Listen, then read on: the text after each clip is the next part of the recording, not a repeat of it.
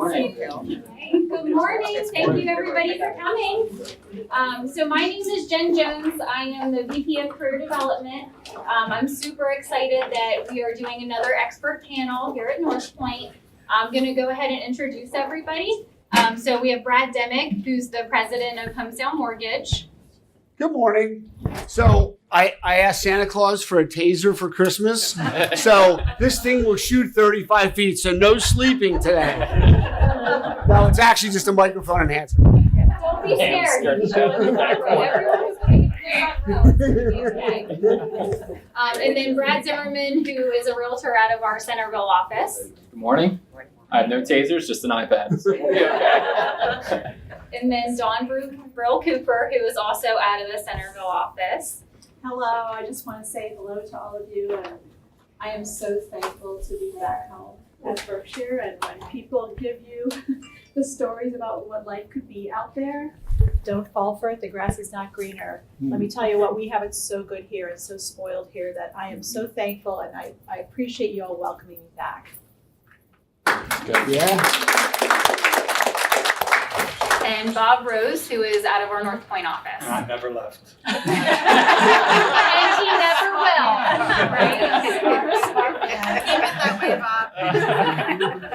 So we are going to do handling objections this morning. I gave you guys all a worksheet because I don't think we're going to get through all of them. So if there are objections on here that you want to make sure that you're hearing how our experts are handling them out there and how they answer them, please feel free to make this interactive. I would love it if you guys shoot your hand up, ask a question, throw out an objection for them to handle. I'm going to kind of jump around and try to work my way through the majority of them, but if there's something you feel like you're running into that it will be really helpful to hear how they're answering it, please let me know and we can make sure we go through those with you guys. Does anybody have one they want to start with? Rough crowd. Go ahead, Pam. I would say the one about the other agent was willing to list for 5%. Okay, so I'm going to repeat that just since we're videoing it today. So the objection being the other agent was willing to list it for 5%. Why should I pay you more? I'll go with the old school one. It's, if they're willing to cut first of all, I tell them, if they're going to do that, make sure they pay out the 3% because it's going to hurt you really bad because people don't like to take a pay cut. If you were offered a job somewhere else at a 17% less fee, or no, 33% that way, would you take that job? And the answer is always no. Then also, I would say if they're willing, and this is really old school, willing to cut their own fee, how are they going to be protecting your fee when they just want to get an easy sale because they can't afford to put a lot of dollars into the marketing? Anything else? I agree with Bob.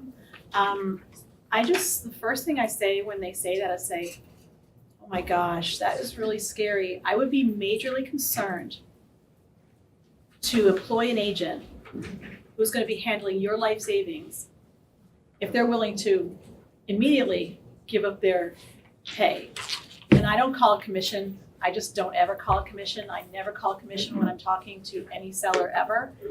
If an agent is willing to cut their pay immediately before you even ask, and they're going to be negotiating for you, taking care of your life savings, I would be majorly concerned, really concerned. And think about the agents out there that may not show your property because they're not getting at least 3%, like Bob said. So you just want to be wise and be very careful in choosing the agent that's going to represent you. You want someone in your corner that's going to go to bat for you. And if they won't fight for themselves, they're certainly not going to fight for you. The only thing I'd add from a couple other panels I'd be on is in your listing presentation, I'm sure everybody has your list to sale ratio. If you are able to show and prove to them that your list price to sale price is above where the marketplace is, a 6%, that extra 1%, that 6% commission can easily get carried in the purchase price if your list to sale ratio is that high. I've seen it a couple times. I mean, Mark Carr has a really great one that he shows people on his on his iPad when he's out listing, because he competes a lot against Remax, who will fairly freely cut their commissions. And he simply shows his list to sale ratio, and then it gives them the mathematical computation of how that list to sale ratio at 6% will actually net the seller more money than less.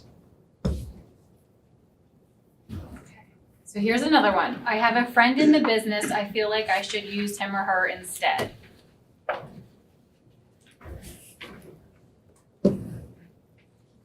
Go ahead, Brad. All you, buddy. I hope to be that friend. I mean, quite frankly, I would say I don't run into that too often. I mean, if more times than not, if I run into that scenario, it's that fear of people wanting to share personal information with that close friend or family. And sometimes, a lot of times, more than not, it may end up that they say, you know what, I am going to list with a friend, if I'm kind of the second one coming in, which I normally compliment them on that because I just kind of finish it and say, now I'm saying that I lost the listing, so it's not really good. But if I lost it, I normally say, majority of my business is from referrals. So I love working with my closest friends and family as well. So I'm sure they would appreciate working with you. And I think sometimes that gains respect in the industry from them because a lot of times, you're not going to be able to become a better friend than that friend. So if they are going to list with a friend, they're going to go with their closest friend. So we might as well not continue to hit on that. Now I'm saying I lost that listing, so how would I compete against that? Because that's what we're here for, objections. But I don't know. I mean, if they are set on not using their friend, I would say that if their choice is that they don't want to, I'd be honored to work and I'd go through my normal presentation and just handle it like a normal client. But I don't say I run into that one a whole lot, where you run into that scenario. Yeah, I don't run into a lot either because most of mine's referral, but I would think I would, especially if I'm the second person in and they already met with a friend, I'd say, well, who's he with or who are they with, what agency? And apparently I'm here, so you might have some concerns in the marketing that they might have. Right. And try to zone in on that. And they said, yeah, they're with a small firm. And I said, I can appreciate that. And, and the worst thing that could possibly happen is you list your friend and you're disappointed and you end up not selling it and then you lose that friendship. Yeah. And you don't want to lose that friendship. He'll get over it if he knows, or they get over it. Doing some sexist things, so sorry. They'll get over it eventually. And if they don't, they weren't a true friend. Yeah. I think more so to kind of reverse that question, I'd say it probably happens more often where people might be concerned to list with you, like being that first listing agent of the friend that might say, hey, I am a close family or friend. I heard it's not a good idea to list with a really close friend or family. Objecting to that is, look, I'm going to care for you more than, anyone, I would hope, while we're going through this listing process. And if they're concerned on the financial end, on buying or selling, there's ways that, if you're on the buying side, if you're working with a well-trusted mortgage lender, you really don't need to know all their details. I always tell, my closest friends and family, I don't need to know all your personal information, how much money you have and how much money you make. My most important thing is that we have a good pre-qualification lender, a letter from a well-qualified mortgage local lender. And as long as that's the case, I'm going to work with that mortgage lender to say, hey, it's, as long as they're qualified and they have the money and we have the setup and the structure in place for the mortgage, we're good to go and move forward. I don't need to know all the nitty gritty of how much money they have and how much they make, which sometimes relieves them from that feeling of, I don't want to work with the personal friend because I don't want them to know how much money I make. Right. So. Yep. I think that's a good perspective too. The only thing I would add back to what Bob said was that this is a business decision.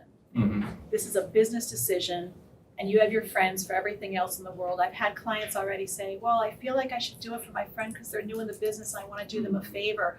I say, take them out to dinner. Have a great time, but this is a business decision. You need to choose someone who is going to work for you. And it's not about you doing someone a favor. We're dealing with your life savings here. And so you make a business decision.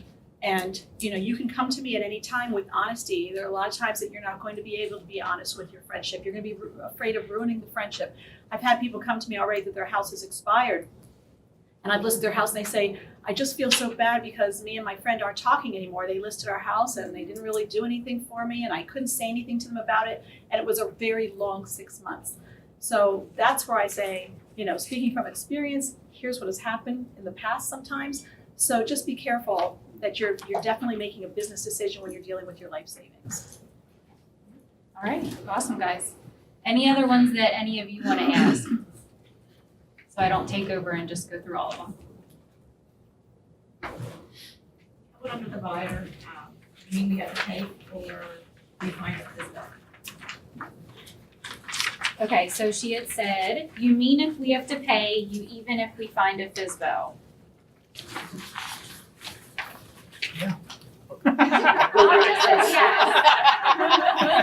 That's my weak spot. I'll kind of talk a little bit on that.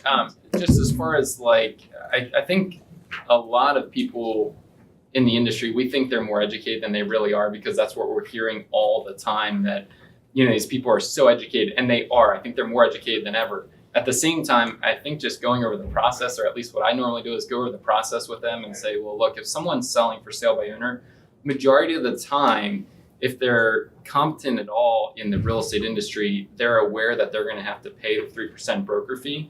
So it's more important than ever that if you see a for sale by owner, let me know ahead of time before you contact them so that I can reach out to them and we can discuss all those details to set up a showing and things like that. And a lot of time, majority of the time, for sale by owners are willing to pay the 3% broker fee.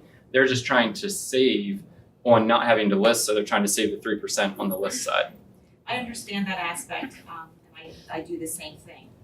I ran into a situation just this past Sunday, and I was snow tubing, and while I did not have my phone on me, I had a buyer that was at an open house. Everything was pretty much of a done deal.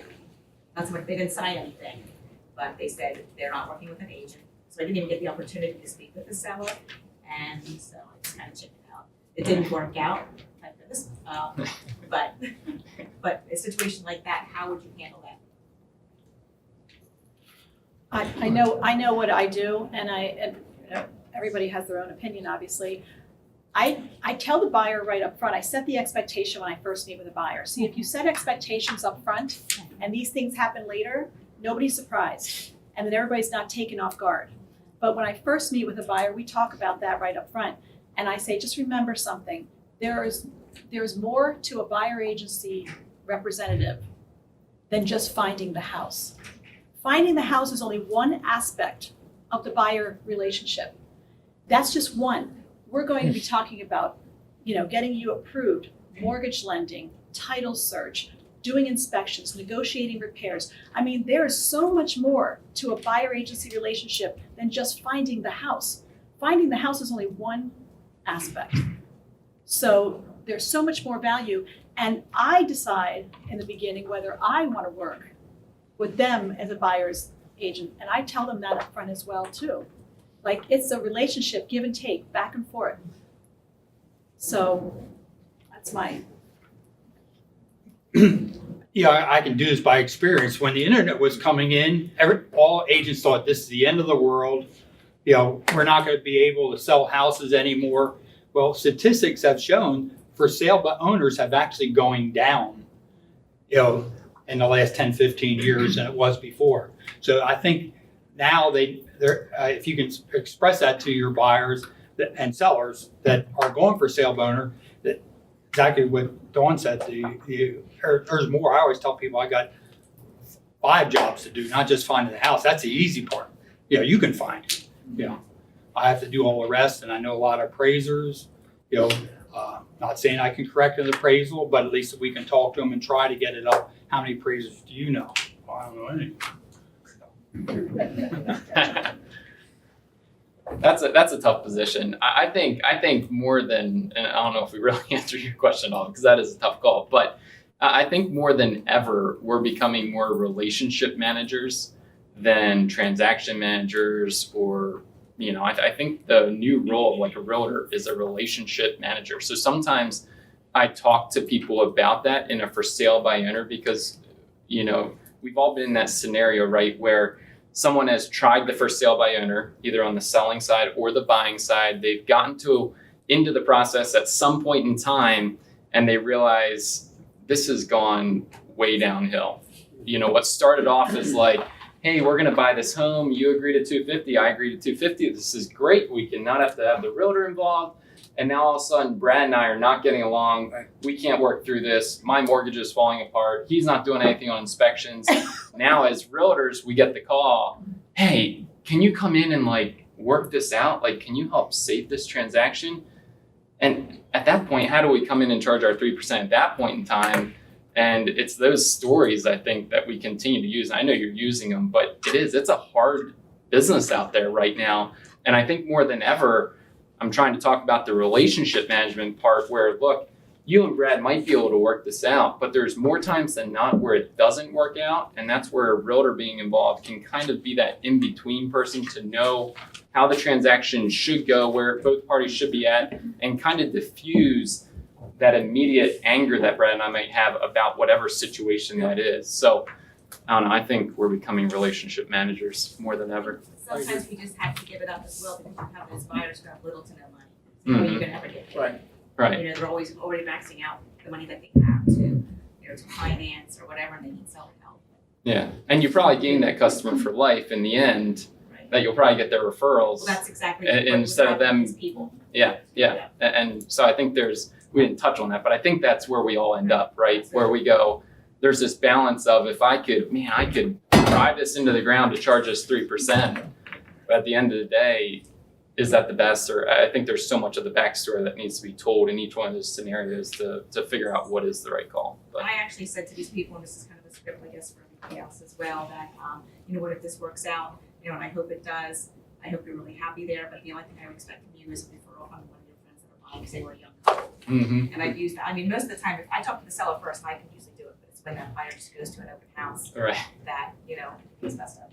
I know it'll probably come back tenfold. At least I hope it does. Yeah. I think we take for granted what we do for a living. I mean, I've been at this 35 years. And how often do people really list their houses for sale and buy houses?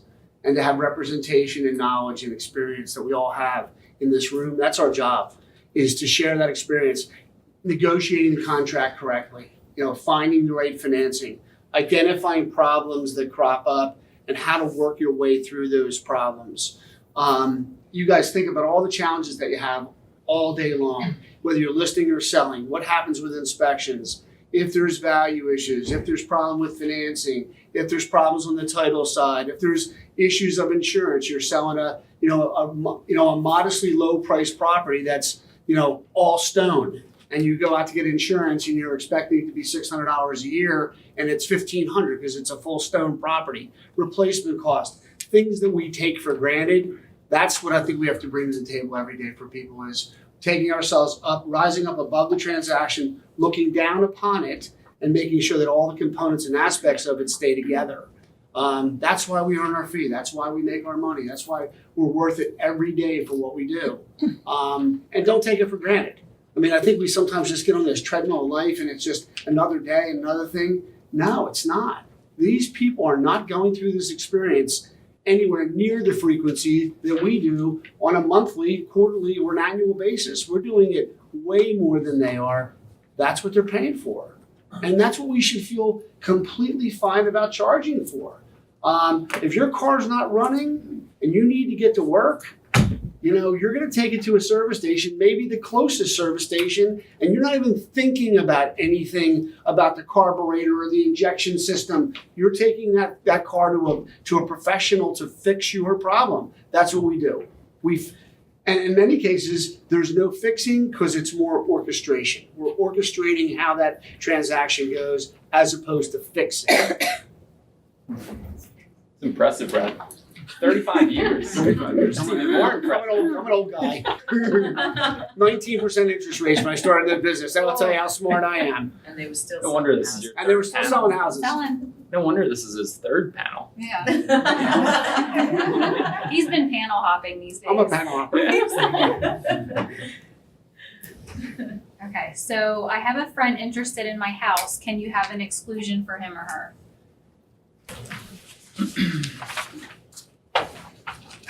Well, I always tell the people if they're gonna do that for the time they've been on, a week or two, Because if they know they can buy it somewhere down the line, especially after you had marketed for a while, then they're gonna, they're gonna go in a much lower price. And just put that timeline, maybe a week or two. I'd actually have them sign the paperwork and date it effective 2 weeks from now, and just say, hey, keep me informed. Management may get involved here, but we can rip that contract up, before I turn it in or whatever. So that's how I kind of do that. I don't do them. I say no. I say if this buyer right now, if they really want your home, they'll know now. I don't know what tomorrow or the next day is gonna. I don't know how that's gonna change. I look at it like this. Go ahead, talk to them.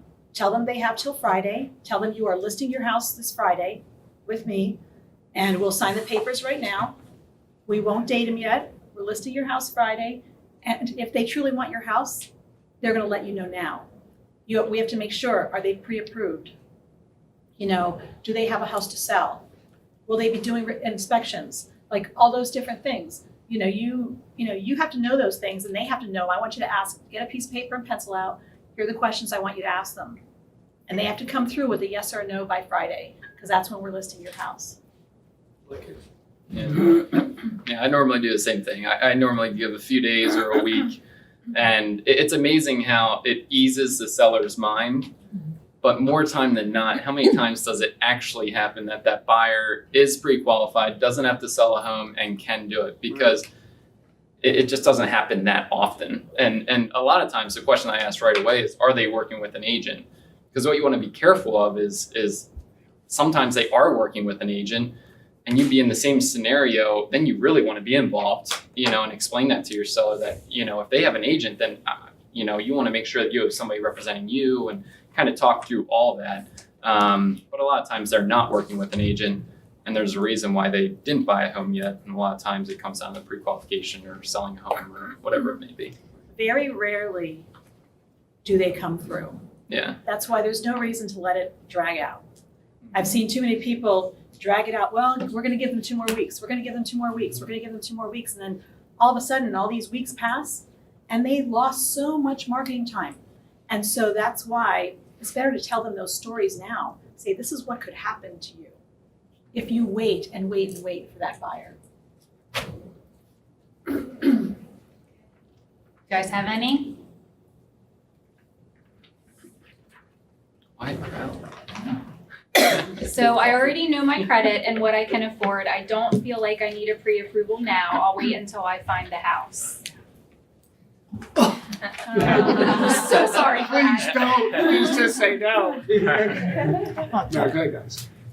I mean, sorry, I kind of missed a little bit. This is a pre-qualification one. Yes. I know my credit's good. Yep. I helped my brother buy a home, I don't know, a year or two ago. And I even made him get pre-qualified. And the reason is, and I use that story because a lot of people think, oh, well, why, don't you trust that my credit's not good, or you don't trust that I have a good job? And I always say, I even made my own brother, who I know basically all of his finances, more than I know all my buyers. I know his finances, his job, his income, how much money he basically has.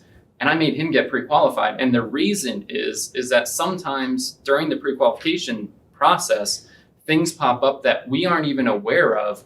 Maybe there's ways that we can increase your credit score so that you could potentially get a better mortgage or style mortgage or interest rate or whatever it may be that we're not even aware of. Or maybe there's a small amount of debt that you have carrying that if you eliminate that can greatly impact or help you purchase a home. And we want to find that out now and not, okay, we found the home, Brad. We want to make an offer now because the market's so competitive. And if we decide that we want to make an offer tonight, and there's something that we could have done a month ago or 6 weeks ago that could have better prepared you for tonight's offer, we want to be doing that in advance. And that's why today, Mr. and Mrs. Buyer, we want to be making sure you're getting pre-qualified to iron out all those like small wrinkles that we could help you out, even if things are great. So that's kind of my process. I will say that the pre-qualification appointment is the most significant appointment you'll ever have in a real estate transaction.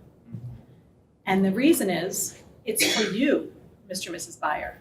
It's so we can look at your income your debt, your credit report. A lender comes in as a favor for you, a favor for me, to let you know where you stand financially, so that when we go out looking at homes, you can look with confidence, knowing exactly where you stand financially.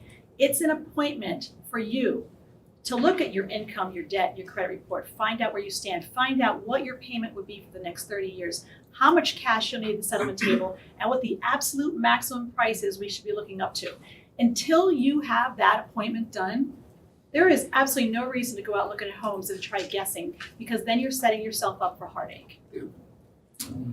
I also tell them, let's say on Friday, I email you something that just came on the market and you want to take a look at it Saturday. Now, I know our people will take care of it Saturday and Sunday, but they don't know that yet. And I say, the lender may not be working Saturday and Sunday. You could lose that home, because I don't know of any agent out there that's going to tell their sellers to sign an agreement without a pre-qualification. Yeah. So, And imagine going out to an open house possibly, looking at a home, falling in love with it, saying, I want to buy this home, writing up a contract. You write up the contract, the seller accepts your offer, seller puts a sold sign on the home, and then we go sit down with the mortgage lender. And then we find out, oh, your payment's going to be $2,200 a month, and you say, I didn't want a $2,200 payment per month. I didn't want this. I didn't know I'd have to come up with this much cash. You're basically setting yourself up for heartache if you don't do the pre-qualification first. And here's what I'll do for you. I always say, I don't know whether days or evenings work for you, but I'll have a lender come in, sit down with you, looking at all of your income, and then go into the whole process like that. And you have to act like you're doing, not act, you have to believe that you're doing them a favor by offering this pre-qualification for them. They're not doing you a favor for coming in. I think all answers were outstanding. I will only share with you from experience. It is one of the most powerful things for people to go through. To sit down with someone who has not bought a home recently or ever bought a home and take them through the process of what's involved. Have really true discussions with them about the skeletons that may be in the closet. Because I will absolutely tell you, tens of thousands of transactions I've either closed or managed, billions of dollars worth of mortgages. You and the buyer have a relationship. You're trying to be close to them, they're trying to be close to you. But when they meet the lender, it is like Vomit City. They're gonna tell us everything about them. And you know what? I'll tell you guys something here today. Everybody can be fixed. Everybody can be fixed. Whether they're motivated and willing to be fixed is another question. But I don't care how bad it is or was. If they want to be fixed, we can fix them. For me, your most precious commodity is time. So there's two real things. Are they financially motivated to buy?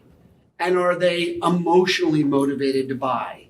Because unless they're really both, that's the stuff that we have to try to work through. And that conversation that happens is really powerful. And I will tell you, I still pre-qualify. I work with a lot of my buddies. Their kids are now in their mid-20s buying houses. And they are incredibly appreciative of the time and the education that we collectively bring to them as a unit working together to orchestrate that deal. It is really powerful, and everybody should be. I mean, I talk to my daughters about it. They're my two future son-in-laws. Talk about money, talk about financing, talk about debt. And listen, maybe they're stretching. Maybe they only qualify in the 140 range. But if we can take out some other piece of debt that they have, make less of a down payment, as Brad said, but take their financing piece up, where that interest is going to be fully tax deductible, and we can explain those benefits to them. Interest still tax deductible up to $10,000. Taxes tax deductible, right? We still have two really strong products that are out there. Get them with someone who's educated and knows what they're doing, knows how to do this, because they're going to share. They're going to share everything. It's okay. Here's what we need to do.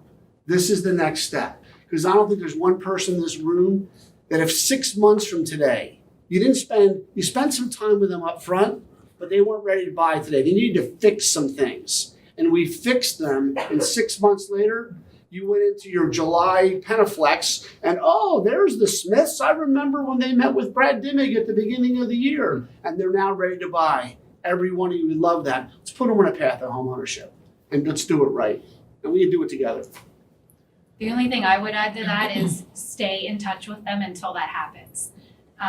We had a training in York recently, and it was about prospecting and internet lead conversion, and someone on my team who sells actually spoke up and said that she had that person, a home sale loan officer had been working with them to build everything up, and she didn't keep in touch and lost touch. They were ready to buy and it wasn't with her. So I think that's great when you can get them to home sale mortgage and get them on that path. But I think for you guys, put them in a drip campaign, put them in your CRM, do something where you're keeping in touch regularly and you're the person that's still in front of them when they pop back up and they are ready.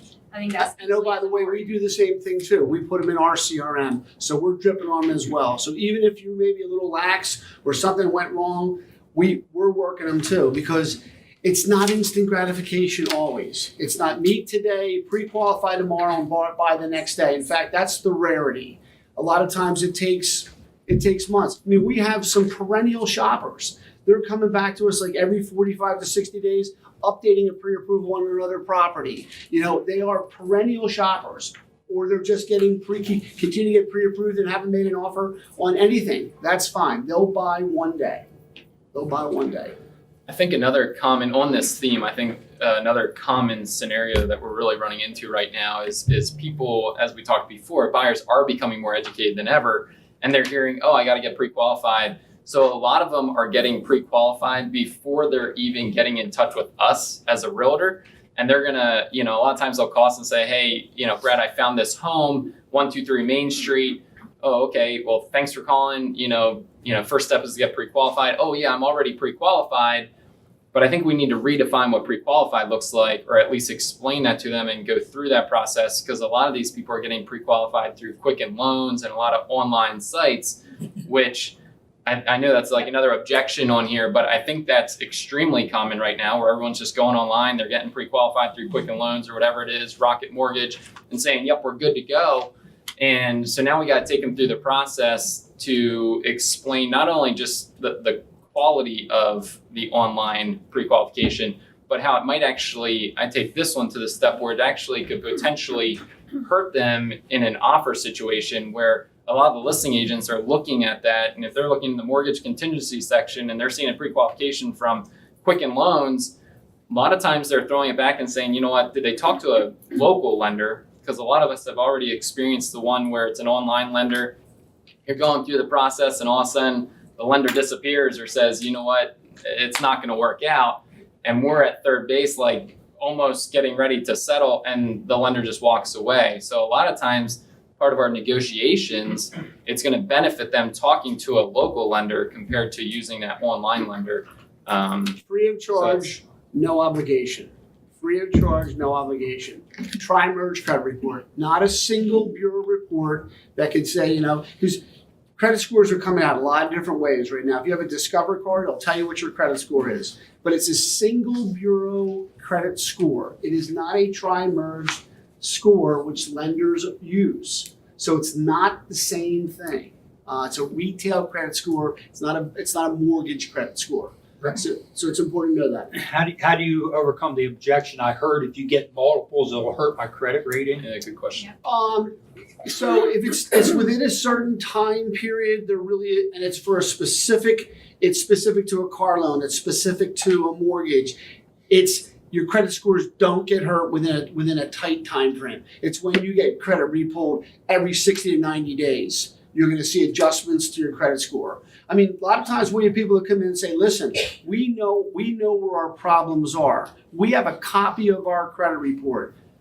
We'll look at their credit report with them and we'll say, listen, here are some ways you can instantly improve your credit score. And we might not pull credit on that person right up front. If they have a recent credit report, work with them on how to fix their credit score by paying down debt, eliminating debt. So it's It's when you have those rapid inquiries that are spaced out over time. But during a typical transaction of less than 60 days, if they have a second pull, it's not usually a problem. To add a little twist to this subject, I'm very old-fashioned when it comes to the pre-qualification, and I will only meet in person with them, and that's how we find out the seriousness and the motivation of the buyers, if they will come into the office and meet in person. And you can use any reason in the world, for safety reasons, we're just told not to go and out shown houses till we meet at the office first, and I get your license and the whole deal. But I will only meet in person. There's nothing worse. There are two reasons. There's nothing worse than all of a sudden you saying, hey, here's my lender's phone number, give them a call. They give them a call. A week later, they call you and say, Dawn, thank you so much for giving me that lender's name. You are awesome, Dawn. We love you. And we just bought a house yesterday. And we really thank you so much for giving me that lender's name. And, and it happens. It happens. So what I do is I have the lenders that we use, are trained. Becky, we've talked about this, to come into the meeting and say, the reason Dawn asked me here tonight is, and then they start talking. Oh, okay, that's where Brad comes in as your buyer's agent. He's going to be helping to negotiate closing costs for you. Throughout the process, they're kind of plugging you and giving you that team feeling that the lender and your realtor, we're all here around this table right now. We are working for you. Exactly. And so that just then the lender says, okay, here's my card. Dawn, go find them a house. They can look up to this price, and here's an estimate of their closing costs. Then they leave the room and they say, you're in good hands with Dawn. And then they leave the room, and then I get out the buyer agency agreement. I said, this is exactly what he was talking about. And they have never said, no, I won't sign it. Because that appointment kind of just segued right into, oh man, I need Dawn. I need Brad. I mean, this is what the lender told me that Dawn's going to be doing for me throughout this process. So it just segues right into, oh, okay, yes, of course I'll sign the buyer agency agreement. I need this. I need this help. I need this care. I need this support, this guidance. The only thing I would ask that you guys do that would change to that would be when you have a customer who's wishing to work with you, and importantly, you're wishing to work with them, right? So it's a mutual thing. You want to work together. Just say, I'm going to have my lender give you a call and provide the lender with their name, their information, and how to contact them. Because I would always be interested, and my team's interested. Tell us a little bit about the buyer. Is it husband, wife? What do you know? Because any information that we can find out about them is helpful. Because really, the job of the lender is to ask questions. It's kind of an emotional pre-qualification first, just like you guys. Tell me about yourself, your lifestyle, your family. How do you see this property? And the financial piece comes next. Where do you work? How much money you make? All that kind of stuff. But it's really, really important to have us reach out, because what will happen is once that pre-qualification is done, if you're there in person, great. If they're in the office, great. If it's a phone call, they come in through a website, whatever it might be. Because buyers sometimes want to work different ways with you and different ways with us. They don't always want to meet face-to-face. I'm a big believer in face-to-face as well, but they don't always want to. The job of the lender is to come back to you right away and say, hey, Dawn, these people are good to go to 140, FHA. You need to try to negotiate 3% from the seller in seller assist. So you're going to get specific instructions on how to put that transaction together. You might also get something like, look, the 140 was their sweet spot as far as where they went on payment, but they could stretch to 160 if they had to, because you know how buyers are. They have a payment in mind. They go out and start searching for a payment. Everything in that payment range, nothing is meeting their needs, right? Then all of a sudden, you take a weekend off for them. They're driving home from the mall. They see some balloons, drive down the street. There's the house. My stupid real estate agent couldn't find that. Oh, but you could have, because it's $25,000 more, and you could have found that house for them. So again, we will let you know about stretch and that. But sometimes up front, people don't want to get, you have to read the situation, talk about, listen, ask and listen to information, and make the best product recommendation to them. A singular product.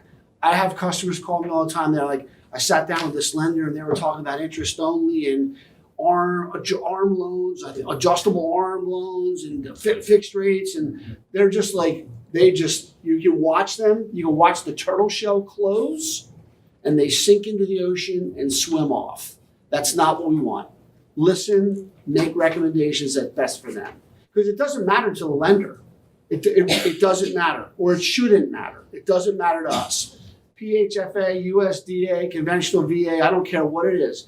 If it's the right program for them by asking the questions, that's the recommendation. Anybody come up with one that they want to make sure they hear? Go ahead, Pam. I have another one. The one, it says, it seems like commission is enough. Why should we pay a broker fee? Okay, so it seems like commission is enough. Why should we pay the broker fee? I think this was brought up a little bit more in the past when the broker fee was kind of like a new thing. Now it seems like a lot of people are doing the broker fee, so I think it's not brought up as often. To be honest, I kind of skim over it fairly fast. If I'm listing, I'll say it's, we list at 6%. And then, I'll tell people there's an additional $295 broker fee, it goes directly to the broker. And, is there any questions there? And we just kind of move on. It's just part of the fees. To be honest, I don't get it that often. Not that I make light of it, but same thing with like the buyer side. I go to the buyer agency, 3%. It's most likely going to come from the listing side. And then the fee for our working relationship is a $295 broker fee paid directly to the broker. And Yeah. that's how I leave it. I don't stress I kind of skim over it as well. I just say, here's the real estate fee plus a $295 broker fee. And if they say, oh, well, wait, what's this? Oh my gosh, be thankful it's $295. I've seen other companies that charge so much more. We're good. And then I keep going. And it's very true. I use that as well. Yeah. I'm like, whew, be thankful it's only $295. You should see the fees some other companies are charging. And then we just flow. Yeah. It doesn't come back. They don't bring it up. Oh, I know. Yeah, I would say the last panel that we did pretty much said the same thing. They said they felt like their marketing proposals and home selling proposals were strong enough that people weren't asking because they liked the marketing and the technology and everything that was going into that. Yeah. And I think all these questions are built and distinguished in time, right? So like when we're at the point with our clients at this point in time, majority of the clients, depending how you run your business, but trust was built for months or years coming up to this position. So like a broker fee of $295,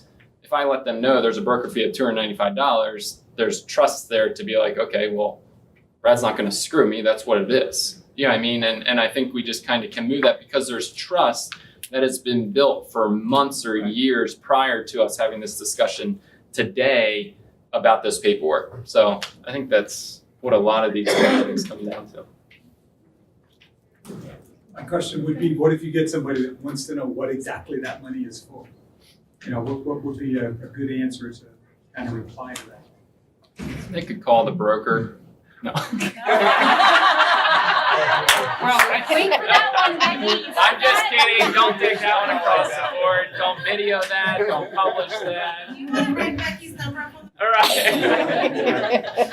Well, as an ex-owner long ago, and I don't know how the statistic is now, but the statistic 20 years ago, on the average, the broker makes about $400 a sale.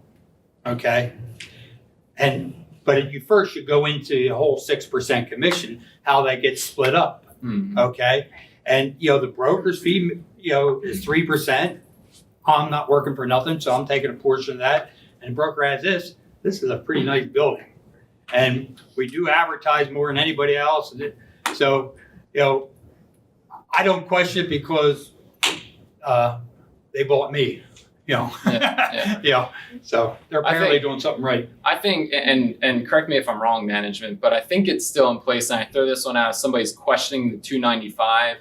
I just throw out there, the way that we can eliminate the $295 is if we increase your commission to 7%, but looking at those numbers, that's another 1% of two, but that's $2,500. I don't think that's the best for you. I think that's still intact, right? If they list at 7%, 6.5. or 6.5%, you can waive the $295. But either way, you split the numbers. It doesn't really make sense unless it's a really small house. But yeah, so you can throw that one out there too if they're balking on the $295. I get hung up on the $295, not the one time, because I don't think I've ever had anybody question me the one time. It's what I'm doing. It's like when I'm selling their house.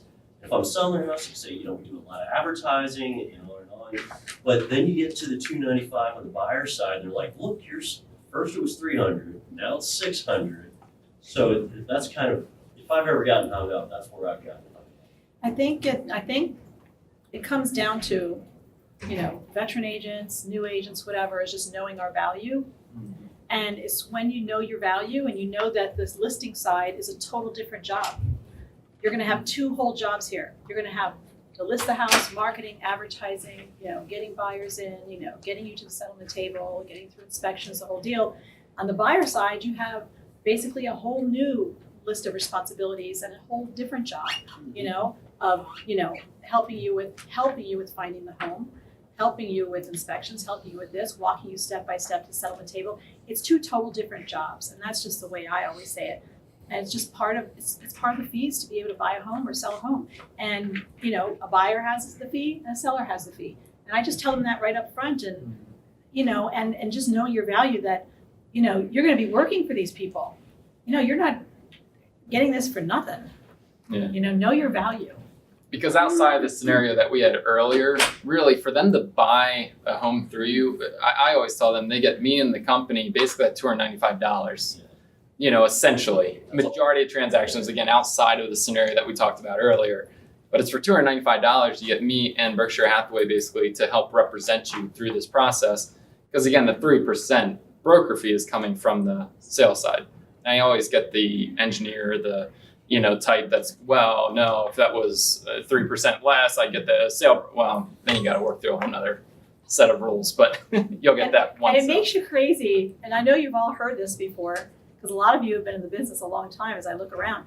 And you hear this, oh, now, okay, so when you get your 6% on, then what we have left is this. I'm like, whoa, I wish. Yeah, they don't I know that wish breakdown. they really think that we're getting the 6%.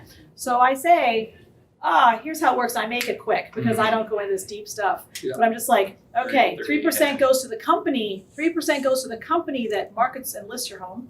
3% goes to the company, and then 3% goes to the company that brings a buyer to your home. And then we get a paycheck just like you do. Mm-hmm.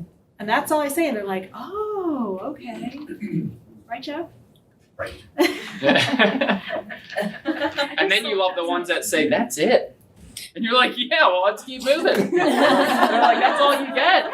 You're like, great, let's keep going. Yeah. And then those are the ones that give you the closing gift. Right. They're like, here, I'll get you Like, one. oh, Right. okay. Right.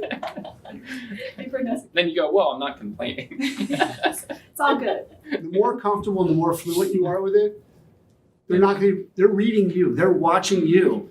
You start the humana, they're gonna be like, what's this all about, right? So you gotta practice it. If it's one of those objections that you've got to work on overcoming, you gotta practice it. Stand in front of the mirror, work through it, talk to people in your office, work with your manager, just gotta keep working through it. Because I think once you get people comfortable in the numbers, once people understand really the financial obligation, it's pretty much done at that point. I mean, now you got the whole job to do, but you're kind of there with them. I think funny. it's also identifying the personality. Yeah. Like if you're sitting across the table from a high D personality, they want to know the price, the cost, what it's going to be listed at, and how that works. If you have somebody that's maybe an SC, they're going to want to know that breakdown of, okay, what is it? What does it look like? So I would say have a marketing proposal ready that goes, the company provides the virtual tour, the company does this, the company does this, I add this on and this on and this on, and then they can see the breakdown of it not even just being, hey, it's me and the company, but it's me and the company, and these are all the things that the company is providing when it comes to tools and technology that's part of that. So I think it's getting a feel for and using the DISC test with your clients who's the person across from you that you can just skim over, or who's the person that might be coming back at me with more of these detailed questions and being ready for that person. But Brad's right, because it's in us a lot of times. Like we're going down the listing contract and we're thinking, oh God, we're getting down, oh my God, we're getting down to that, we're getting down to that paragraph where it says, oh my gosh. So I'm gonna have to say, and 6% is $295. Anyway, but if we have that attitude that, oh my God, they're gonna ask me, they're gonna know it. They're gonna know it. It's true. So it's gotta be knowing your value and go through every paragraph on that listing contract with confidence, knowing your value, knowing that this is what you deserve because you work freaking hard. I asked you. You did. I did ask you. Yeah, you did. I just sold Jeff's house and here he is in the business. Yay. Yeah, there we go. There you go. I lost a client. Yeah. But you know what? It's so true. I gotta do this. Right. Yep. Going back to, I think we talked about the 5% commission thing, and I think we stress over that. But it's amazing how many times people will ask, hey, would you do it for 5%? Well, no, we listed 6%. Okay, just thought I'd ask. Oh, I don't blame you. And you just keep on marking. Honey, I asked him. Yeah. Like I don't blame you for asking, but we listed 6%. You just keep on moving. Oh yeah, well I thought I'd ask. I remember I'm told that one to ask. time, a husband and wife were Typical sitting haggler. there and the husband says, oh, wait a minute, the agent said I was doing it for 5%. Won't you do it for 5%? I go, oh, you're so funny. You're such a riot. And then I just sit there and I keep going. The wife goes, shut up. Stop. Yeah. You're not gonna bring it up again. Yeah. Just tell them they're hysterical, funny, and we're not talking about it. Back to the $295 fee, we often forget that we have attorneys on staff. If we run into any issues, I can go right to one of our attorneys where you would have to pay somebody to talk about the issue. I think that's really huge. Very true. Yeah, very true. Good $295. point. That's yep. Mhm. Okay, I want to find the house I'm buying before I put mine on the market. I would just tell them, do you think that seller's gonna take a better price than what you want? If it's listed at 300 and you come in at 290, hoping to sell your house, but it's contingent on that? Or if your house was sold and you came in at 290, which one do you think they would take? They would take that. So by doing that, you're hurting your negotiating on buying a house. And I'd ask them, if they can afford a second house, and there's ways we can figure out ways that they can do it. Sure. Yeah. Let's sit down with a lender and see if we can do that. And if we can't, when we list, that's going to be part of the terms of negotiating on the price. I mean, all things are negotiated when you're selling a house. Yep. Price, terms, dates of closing. Hopefully we can work it all out. With the way the market is right now, the competitive market that we have, Mr. and Mrs. Seller, the last thing you want to do is go in without a clean, fresh offer on a property. Because there are usually multiple offers on properties right now. So you want to make sure you have your home under contract before you would put an offer in on a home. So you can go in with a clean offer. Because a seller is not going to, like Bob said, a seller is not going to accept our offer. And if you notice, I use the word we and our a lot, because we're working together whether they decide to or not, in my mind. Anyway, it's like, when we go in with an offer on a home, okay, I want it to be a clean offer for us. Clean offer, no house to sell, Non-contingent. whatever, non-contingent. So we have to set that up ahead of time, even if we have to plan B.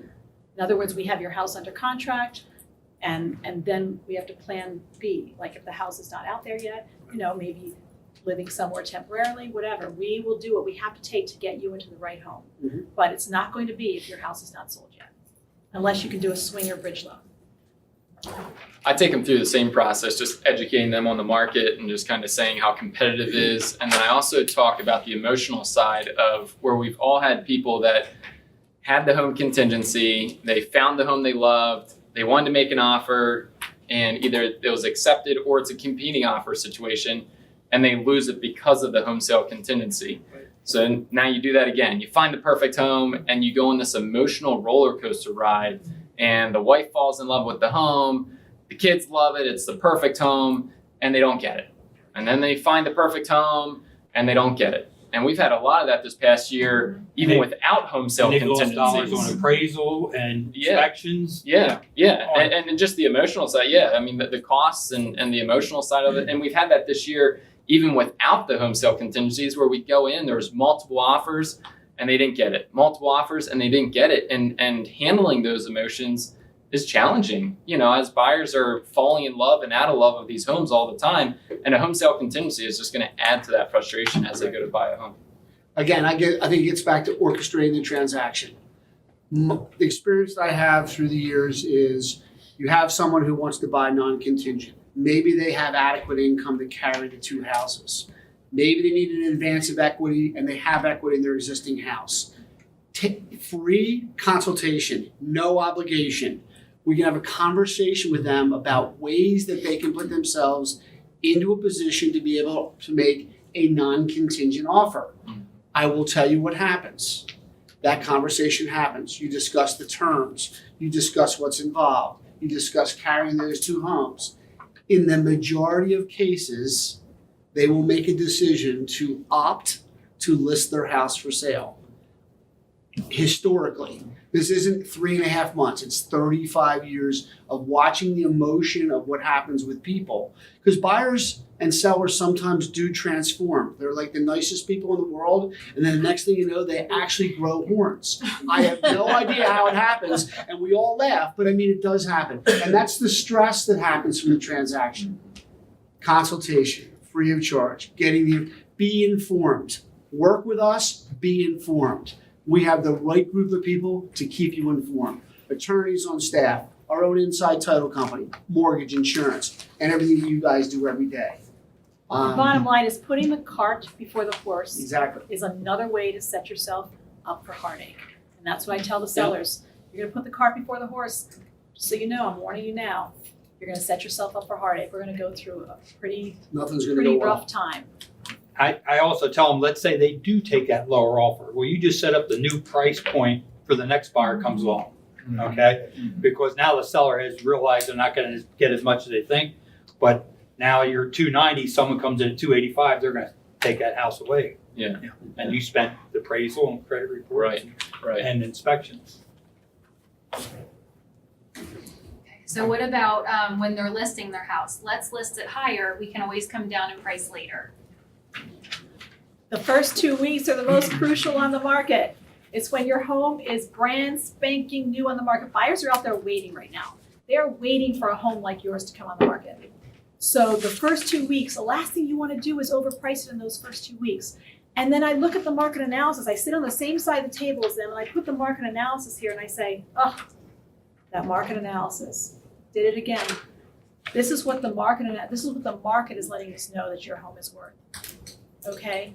This is what the market says your home is worth. And I sit there and go, that market. So, but this is what it is. And if you price it correctly, you may even get higher for your home than what you're even asking if you price it according to the market analysis. The first 2 weeks are the most crucial. It's when your home is brand spanking new on the market. And that's when you want to be priced correctly because that's when you're going to get the correct buyers that are going to be entering your home. Does that really work, Don? What's that? Yes, it does work. It worked for you. How much more did you get for your house? 20,000. 20,000 over the asking price. But we had a decision. We had a decision to price it 20,000 higher and hope we get people through the house because we may not have. It was a cute rancher, adorable. Or we price it at the market analysis. And I said, Jeff, I'm telling you right now, we price it according to the market. I don't know how many offers we had. How many offers we had? 6, 8? You presented a dozen offers Okay, that's right. You were 12. That's right. And you know what? in 33 hours. We got 20,000 over the asking price because we priced it at the market analysis. If we had priced it that much higher, would we have even gotten that many people through the house? It was awesome. There was people waiting to get into the house. There was people inside, there was people outside, there was people waiting to get. You were waiting to get in to eat dinner. That's all you wanted to do. Let's dog out. Anyway, but it is so wise to price it accordingly right up front because the odds are that you're probably going to get more. Price it according to the market. Guess what? The buyers are waiting. They're waiting. You want to try higher the first 2 weeks, you lose those 2 weeks because once you come down 2 weeks later, all those buyers thinking that's a brand new listing, they're not there anymore. Do you think, I was just gonna say, do you think houses can develop bad reputations? Oh, yeah, like stale. Yeah, like a house that's on the market for 30 days and hasn't sold. And the reason is it's overpriced. I mean, there's analytics that are available you guys can use with your seller. It's the B word, I won't say it out loud, but you can go in and look at analytics and you can look at the number of views that property has had in the MLS. And you can look at it over time frames. You can look at it over a week, 10 days, 2 weeks, 3 weeks, 30 days.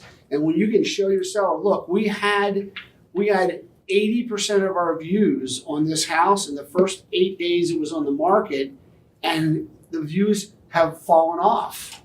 That house has somewhat developed a little bit of a bad reputation. Yeah, there's two charts in our company home sale listing presentation that I love, which shows this exact thing that we're talking about. And it talks about the curve, and it shows the first 2 weeks the most amount of activity, and then it shows as price goes on, it does the stair stepping, which is the price adjustments. Then I always show people that this is when you generate, that when it becomes stale and people are saying what's wrong with it, what are the issues, and there might not be anything wrong with it, but then you generate a lowball offer, and then we're just trying to fight our way back up to true market value.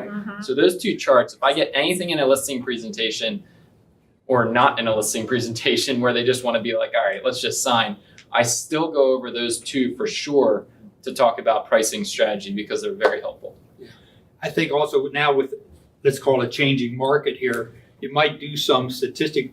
Let's say it's a house that's, it's going to be 200 to 300 range in that area. Do statistics from 2016, 2017, days on market, and what they got to list price, and you're going to see it's probably real good. Relative. Yeah, 217, but 218, it's slowing down a little bit at the end.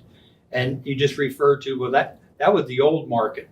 Right. We're in a new market now, Yeah. and the new market, people aren't going as well as they were last year. I don't think you're getting that 6 to 8 offers now, unless I'm wrong. It's no difference. The market is The shifting. fall for sure. shifting, yeah. So you want to use that Yep. and just throw out new market, old market. Mhm. I use kind of the stock market thing too. If he asked if they own stocks, and some people do, and I said, well, like I bought Netflix last year, and man, it was up over 300. And if I called my broker and said, you can get me at 300 now, he's going to say, well, that's not the market. It's down 30%. Now, if you want to get that extra 10% out, I can only list it for a year. But I'll need another extension at the end of that year. And that kind of brings it to the point. Maybe we should. It's all right. And it all goes back to the initial appointment you have with these people, setting the stage, setting the expectations up front, saying right up front, just want to let you know the market's shifting now. You might sit here a couple weeks from now and say, but my neighbor 6 months ago got this much for their home. On Zillow. The market is shifting right now. I'm going to tell you that, people aren't getting the multiple offers right now like they were. Things like that. But set that stage, set the expectation right up front so that you don't have any surprises throughout the transaction. And how much easier is the price adjustment when that conversation comes, when you went in and you said, man, it's 250 is what the market's showing. Well, but 265 is where we got to be. And they go in at that. How much easier is it to bring that price down to be like, well, we're still not at where I thought fair market value was. If they're set on it, that's set on it. And the words I use are this, and like I said, it may not be right, but it's right for me, it works. Is we're going to test the market with this price. We're going to test the market with the 265. The market will let us know if we're right or wrong. That's exactly right, yeah. So it's not like me giving them all this bad news. The market will let you and me, Mr. and Mrs. Seller, the market will let us know if we're correct. The market will let us know if we're wrong. And we have to be open to it because we're going to keep talking about it. So then when I do go back and say, hey guys, we tried it your way. They're like, okay, you're right. You set the stage, you set the expectations right up front. I tell them. Put a time frame on that? Yeah, usually I'm going to say we're going to know in the 2 weeks, in the first 2 weeks, whether we're correct or not. I tell them the good news is everybody sees your home and price on the market. The bad news is everybody sees your home and price on the market. Okay. And so within 2 to 3 weeks, if we're not getting showings, I used to give this analogy, but I don't wear too many suits anymore. But I used to say, hey, I go out and I see a suit on the rack, I look at it. If it's the price I want, it goes in, I try it on. If it doesn't get looked at. Well, nobody's looking at yours, so apparently they're putting the pictures with the price doesn't match. Another thing I'd throw in about pricing, they're like, well, why don't we price it high and just let people make offers? I mean, won't people make offers? I have found, this was my word, I have found Lancaster County is a very conservative area. Very, very, because it's not like New York where you can price it $50,000 higher and someone come in with $50,000 lower price. Lancaster County, you have it priced $5,000 over, it's gonna sit there because they say, well, we're just gonna wait till it comes down where it's supposed to be. You don't want to insult the Yes, seller. well, we're just gonna wait, we're just gonna wait. And then, so we say we do this $5,000 price reduction. And all of a sudden we have buyers coming in. And I just look at it and say, yep, they're just waiting for that $5,000 drop before they'll come in to see your house. Because Lancaster County is conservative, it's not the way it is in Cherry Hill or It's interesting. Chester County or Philadelphia or, you know what I mean, New York. It's not the way it is, but out there, you can price it 50,000. Most people, they'll price their house 50,000 higher, and then they'll just be like, yeah, we're going to offer 100,000 less, and everybody's cool with it because that's the way they live. Lancaster County, I have found, is conservative. They're just going to wait till your house is priced right, then they'll come in. Well, I think that's so true. I mean, we've seen that this past year as well, where all the buyers have been hearing, oh my word, you have to ask asking price or above. The market's crazy. You got to go in above asking price. So the buyers are almost scared to offer less because they're like, well, that might be insulting because we heard the market's crazy. And if you don't ask 10,000 over asking price, you don't even write an offer. So this past year, we've seen a lot of that as well. Anything else you guys want to make sure you hear? Can I ask a question of the panel? go ahead. Thoughts on getting an appraisal on a property up front? Pre-appraisal. Pre-appraisal. I think if you're having trouble with the pricing, and and I would tell them this. Or at odds, maybe. Yeah, or at odds. I'd say, all right, let's start out where you're at, but we're going to order appraisal right away. And when it comes in, we're going to re-talk this out. And I even offer them, I said, if it, at the end, if it sells at that appraised value, I'll even reimburse you for the appraisal. Mhm. So they're not spending any money. It can be powerful. Yeah. It can be powerful having an appraisal done on a property in advance. Leave the first couple pages in the property with your information about the house. Kind of really sets the tone. Doesn't mean that you can't negotiate off that number, but you've got an independent third party that's done it. Yeah, I don't. You could pick one, or I can give you a list to pick one. But just make sure they're local. Yeah, work with somebody off our list, because everybody that we work with here is local. They get 100% of the fee. There's no portion of the fee that's swept to give to a vendor management company. So if their fee's $475, they're getting $475. Now they got to accept the order within a day. They got to get out to the property within 3. They got to have a report back in 10, because that's what we all want. So we will pay up for that. And knock wood, appraisals have not really been anywhere near the challenge that I had expected them to be. I'll tell if we are having a struggle and I do my market analysis and it's pretty solid and it really comes out, no, I feel like this house should be this price, it should be this price. I'll say to them, you are free to have an appraisal done right ahead of time, and this way it might confirm your price or it might confirm what the market says your home is worth. You feel free to have an appraisal. I just put it out there like that. Right, because appraisers are using the same sets of data that you're using, right? We're looking at closed sales in the last 6 months, similar design, square footage, and marketplace. Can't really change what it is. I think our potential challenge is yet to come, where we're kind of having the market soften a little bit, and our comps over the last 6 to 12 months are going to be stronger than maybe what the current market is going to be showing. But so that could be interesting as the market softens here. And that's when you have that conversation about, hey, guess what? Your home may not appraise.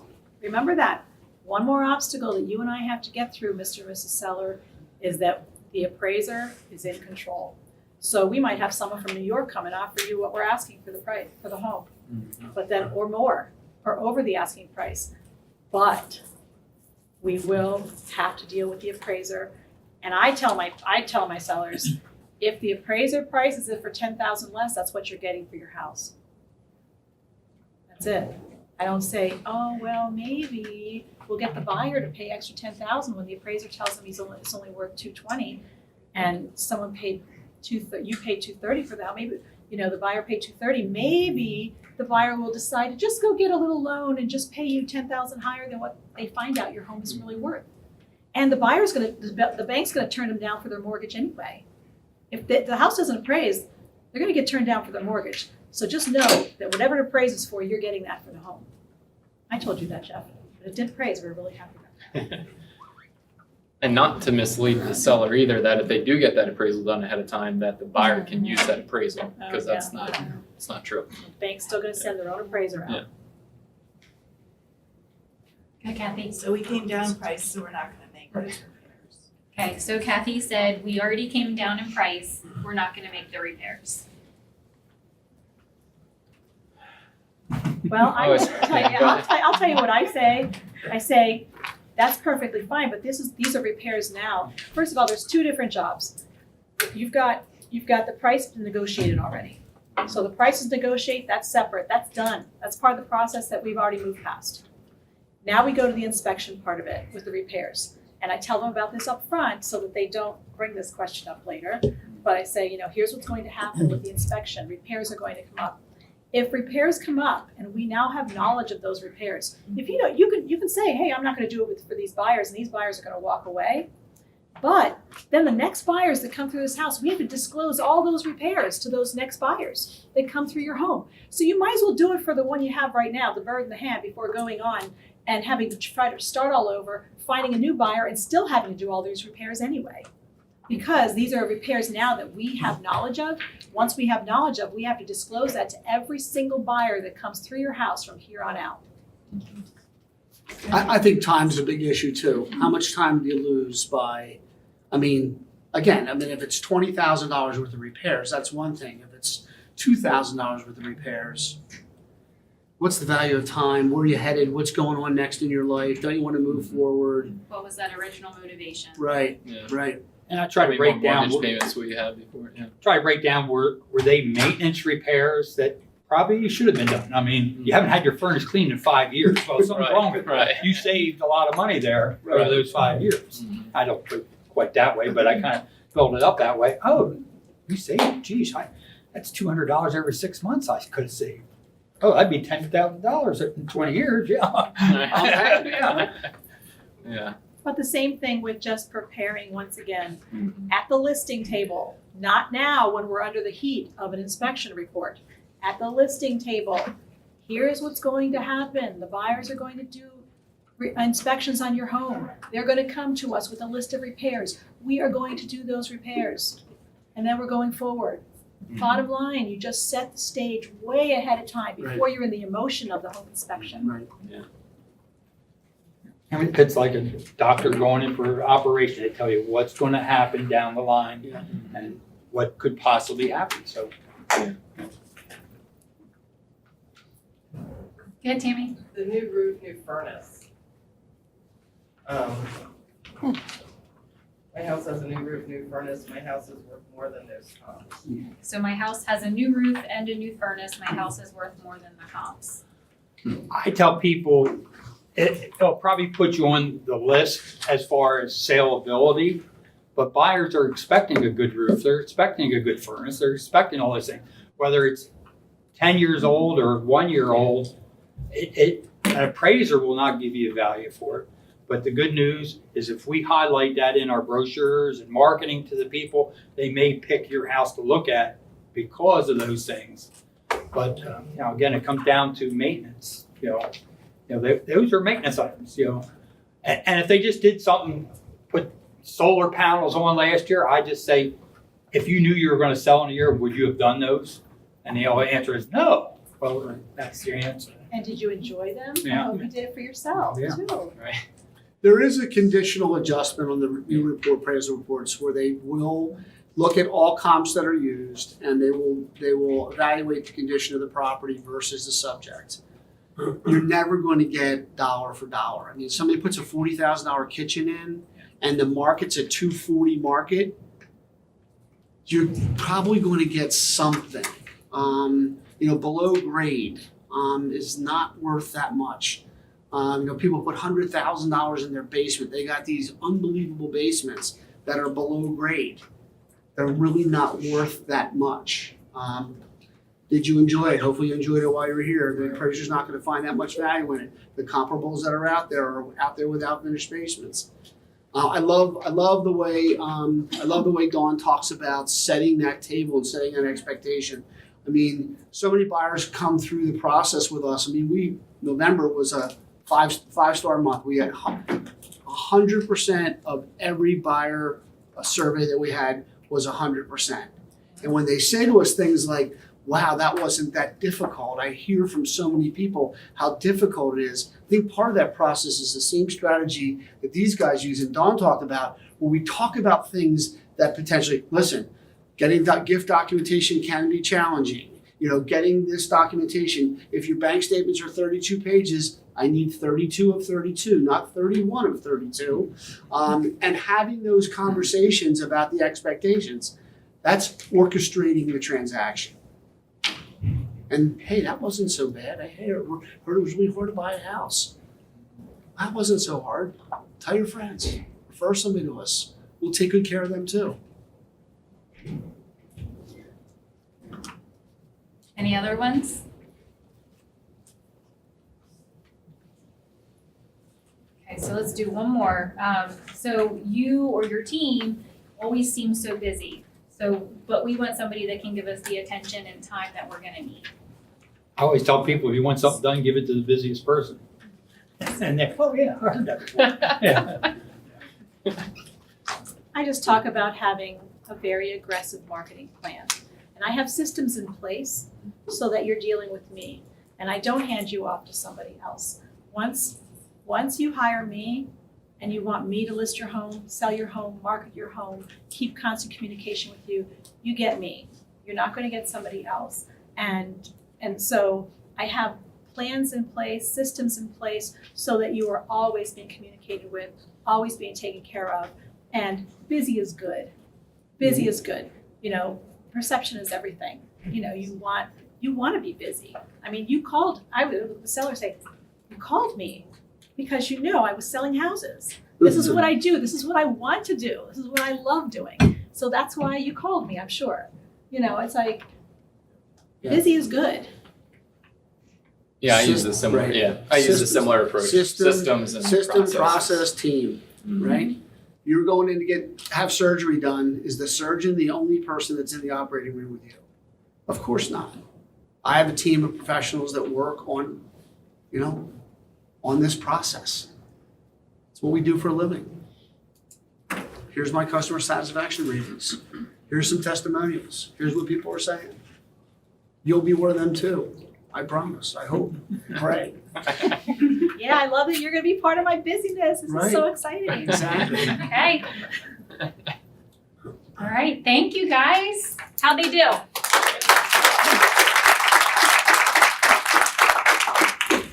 right, thank you. Thanks. Awesome job. Thank Great. you all. Thanks, guys. Especially when I see some of you out here with more knowledge than we You have. guys did great. All right. Yeah.